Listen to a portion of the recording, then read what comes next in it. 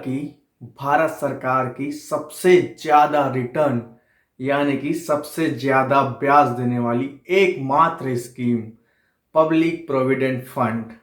नमस्कार दोस्तों, मैं हितेंद्र साहू आज आपको पब्लिक प्रोविडेंट फंड की हर एक जानकारी दूंगा।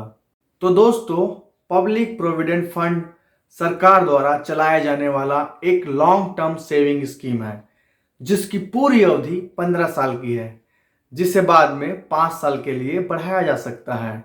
पीपीएफ पूरी तरह सेफ रिस्क फ्री इन्वेस्टमेंट है। जहां तक बात टैक्स की आती है तो इसमें 80C के तहत मिलने वाला 1.5 लाख रुपए का एग्जम्पशन को आप पूरी तरह से यूटिलाइज कर सकते हैं।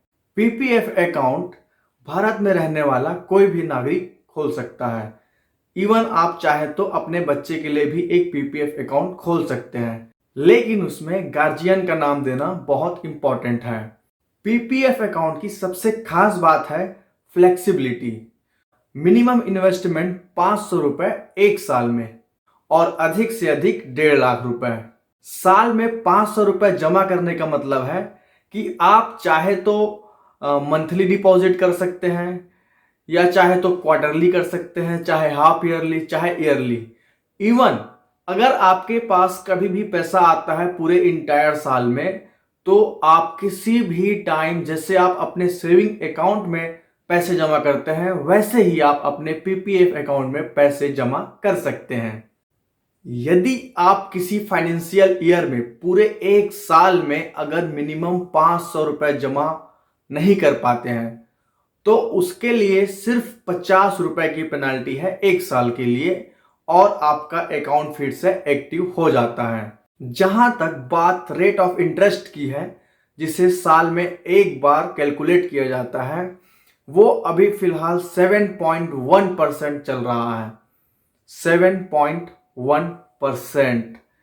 सबसे अच्छी बात यह भी है कि गवर्नमेंट ऑफ इंडिया इसके रेट ऑफ इंटरेस्ट को समय समय पर बदलते रहती है। पीपीएफ अकाउंट में आपको लोन फैसिलिटी भी मिलती है, जिसे आप 3 साल पूरे करने के बाद कभी भी ले सकते हैं, जिसमें कि आपको 25% तक लोन मिलता है। 3 साल के अंदर आपको प्रिंसिपल अमाउंट जमा करना होता है और इसका रेट ऑफ इंटरेस्ट पीपीएफ द्वारा आपको दिए गए रेट ऑफ इंटरेस्ट से 1% ज्यादा होता है। यानी कि अभी जो रेट ऑफ इंटरेस्ट पीपीएफ आपको प्रोवाइड कर रहा है वो है 7.1%। तो अगर आप अभी लोन लेते हैं पीपीएफ में तो वो उसका रेट ऑफ इंटरेस्ट आपको जो पड़ेगा वो है 8.1%। यदि 3 साल के भीतर आप लोन जमा करने में असमर्थ होते हैं तो आपको पेनाल्टी लगाया जाता है, जो कि 6% ज्यादा होता है आपको पीपीएफ द्वारा दिए गए रेट ऑफ इंटरेस्ट का। इट मीन्स अगर आपको 7.1% PPF rate of interest provide करा रही है तो आपको जो पेनल्टी लगेगा आपके प्रिंसिपल अमाउंट पर वो 6% प्लस 7.1% इज इक्वल टू 13.1% का रेट ऑफ इंटरेस्ट आपको पे करना पड़ेगा। पीपीएफ आपको 7 साल के बाद पार्शियल विड्रॉ करने की भी सुविधा देता है, जिसमें आप हर फाइनेंशियल ईयर में एक बार पार्शियल विड्रॉ कर सकते हैं, जो मैक्सिमम आपके अकाउंट में बैलेंस का 50% होता है। पीपीएफ का मैच्योरिटी पीरियड 15 साल का होता है, जिसके बाद आप चाहे तो उसे 5 साल के लिए और एक्सटेंड कर सकते हैं। इसमें 2 केस होते हैं। इन केस अगर आपको पीपीएफ को प्री क्लोज करना है तो ये अवेलेबल होता है 5 साल जमा करने के बाद। मतलब अपने 5 साल पीपीएफ अकाउंट कंटिन्यू किया है, उसके बाद आप चाहे तो उसे प्री क्लोज कर सकते हैं, लेकिन उसकी 3 कंडीशंस होती हैं। कंडीशन नंबर 1, आपका या आपके ऊपर डिपेंडेंट का मेडिकल ट्रीटमेंट। कंडीशन नंबर 2, आपके किसी बच्चे के हायर एजुकेशन के लिए।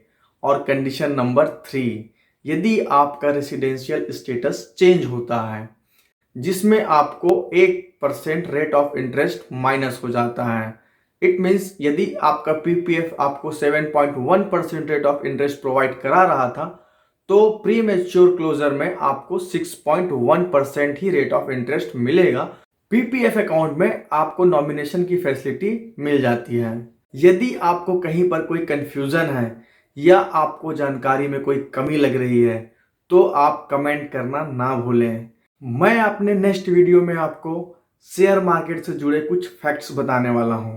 तो यदि आपने मेरा चैनल अभी तक सब्सक्राइब नहीं किया है तो अभी सब्सक्राइब करें ताकि आपसे पर्सनल फाइनेंस के कोई वीडियो मिस ना हो जाए। तब तक के लिए धन्यवाद।